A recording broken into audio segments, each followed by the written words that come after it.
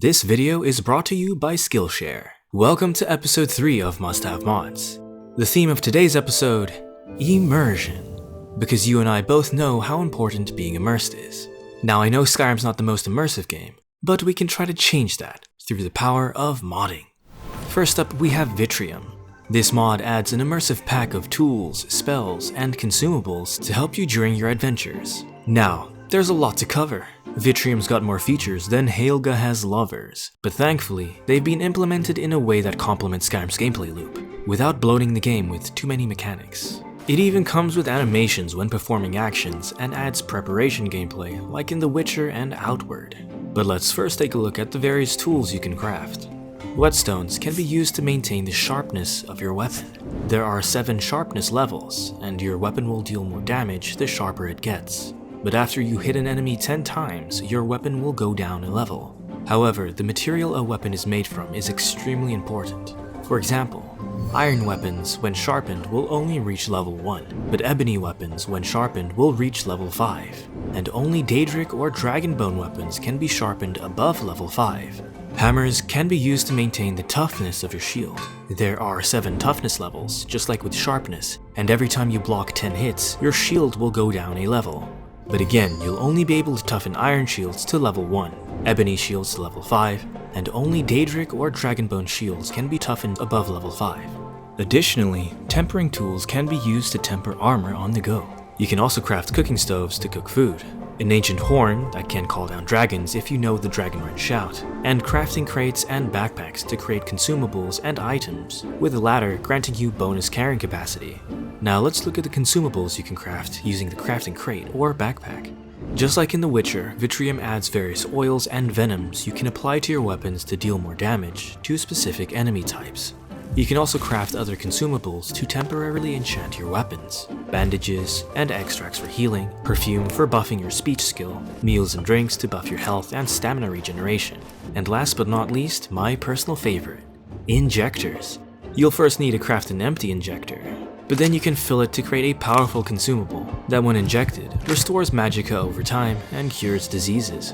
Moving over to the spells you can unlock. Upon completing the Smooth Jazbay quest, you'll be rewarded with 3 new spells. The first one being Soul Gem Transfusion, a handy spell that allows you to split or combine soul gems. Hunter's Instinct, a spell that allows you to view prey around you. Spectral Pack, a spell that summons a pack of 3 wolves to aid you. Upon completing a Return to Your Roots quest, you'll receive 3 more spells. Smoke Pellets, a spell that disorients foes with a chance to enrage them. Crystal Ward, a spell that casts a withstanding ward for a certain duration with limited health. And finally, Scroll Crafting, a spell that allows a player to craft scrolls using soul gem fragments and paper. Now Vitrium adds another layer of immersion to the game, because alchemy ingredients and previously useless items like soul gem fragments and linen wrap become more valuable, as they can now be used to craft useful consumables. You're rewarded for preparing for encounters, and even new playstyles can be explored with scroll crafting and smoke pellets, so why not give it a shot? Vitrium enforces Skyrim's gameplay loop and immerses you further into its world. Have you guys ever played The Elder Scrolls Online? Well, if you have, you'll be familiar with these little guys, Skyshards. Not much is truly known about them, but they are known to carry ethereal magicka, and once 3 are brought together, they confer their energy to a nearby being, allowing mortals to absorb their energy to become more powerful. Now, Skyshards have been speculated to fall down from the heavens when Mundus is in existential jeopardy, as a way of defending itself from destruction, in a manner analogous to the way a mortal body fights off infection. So this explains why they existed during the events of The Elder Scrolls Online. But why would they not exist during the events of Skyrim? I mean, Alduin is literally about to consume the entire universe, so Mundus is in existential jeopardy. But where are our little Skyshards? Well, ESO Skyshards adds our missing Skyshards into Skyrim. Just like in ESO, when you collect 3, you'll earn a perk point. A total of 66 Skyshards are now scattered all across the world, amounting to 22 extra perk points. Though it may seem like a lot, you likely won't find all of them until you're at a very high level. And also, most perk overhauls expand the amount of perks in the game anyway, so if you're running a perk overhaul like Ordinator like me, it actually balances out perfectly. I also highly advise getting Immersive Interactions and ESO Skyshards Immersive Interactions patch, so an animation will play when interacting with Skyshards. But just keep in mind there are no map markers for these Skyshards, so you've really got to keep an eye out for them, especially the ones hidden underground.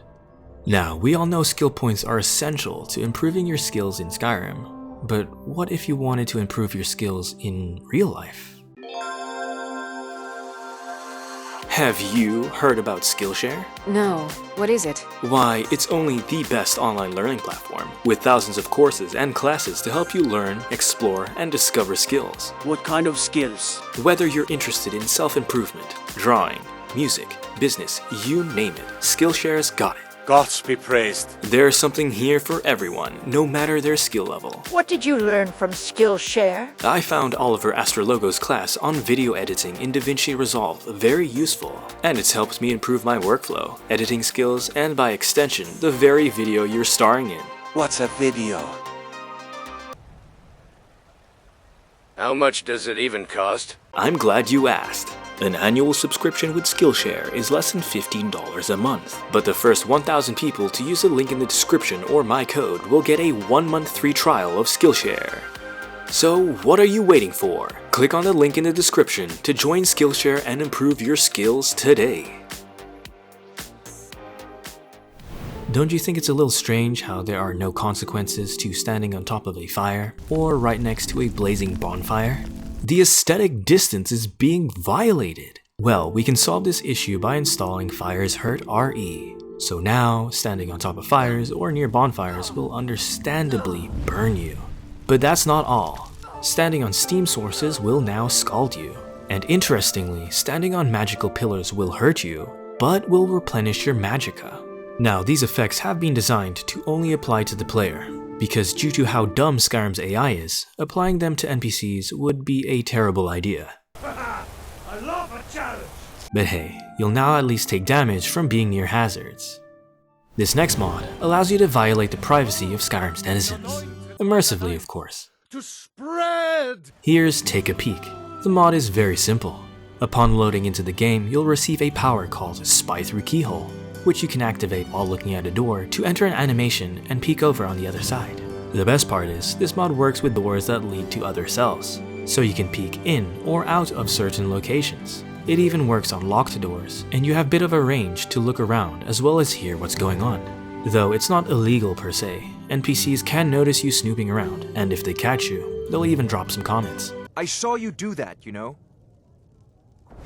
Overall, Take a Peek is perfect for reconning a location, planning heists, giving yourself tiny home tours, and avoiding the courier.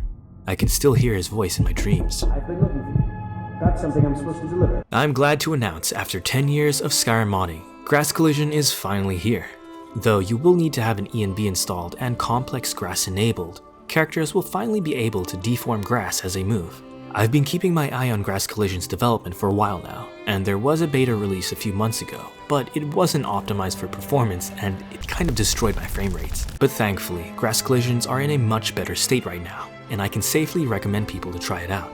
Just like with other mods like Footprints or Destructible Skyrim, seeing your character affect the world in unique ways is very immersive, and it's these little details that really elevate your game to the next level. Want a mod to immersively breathe more life into your Skyrim? Well, I've got you covered. Here's Lux Via. Now, I know what you're thinking, but Mern, isn't Lux that amazing beautiful lighting mod that requires 100 patches? And yes, you'd be right, but the author of Lux has recently created this standalone mod to rework main roads, bridges, and crossroads with the focus of adding consistent light sources between towns and villages. It even adds lore-friendly points of interest all over Skyrim. And so the end result is a highly immersive but practical mod that really spices the world up.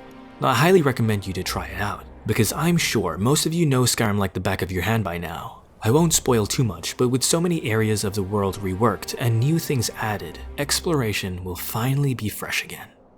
Next up, we have Notification Filter.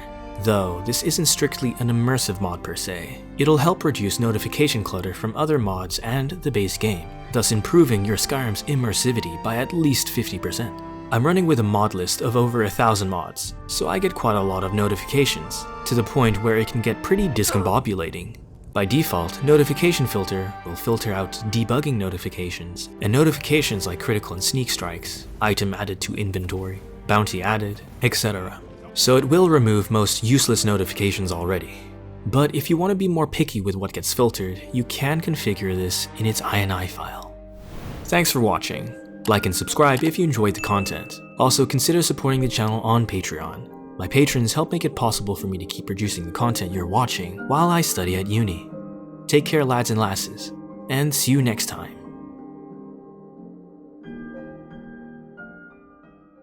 Gods be praised.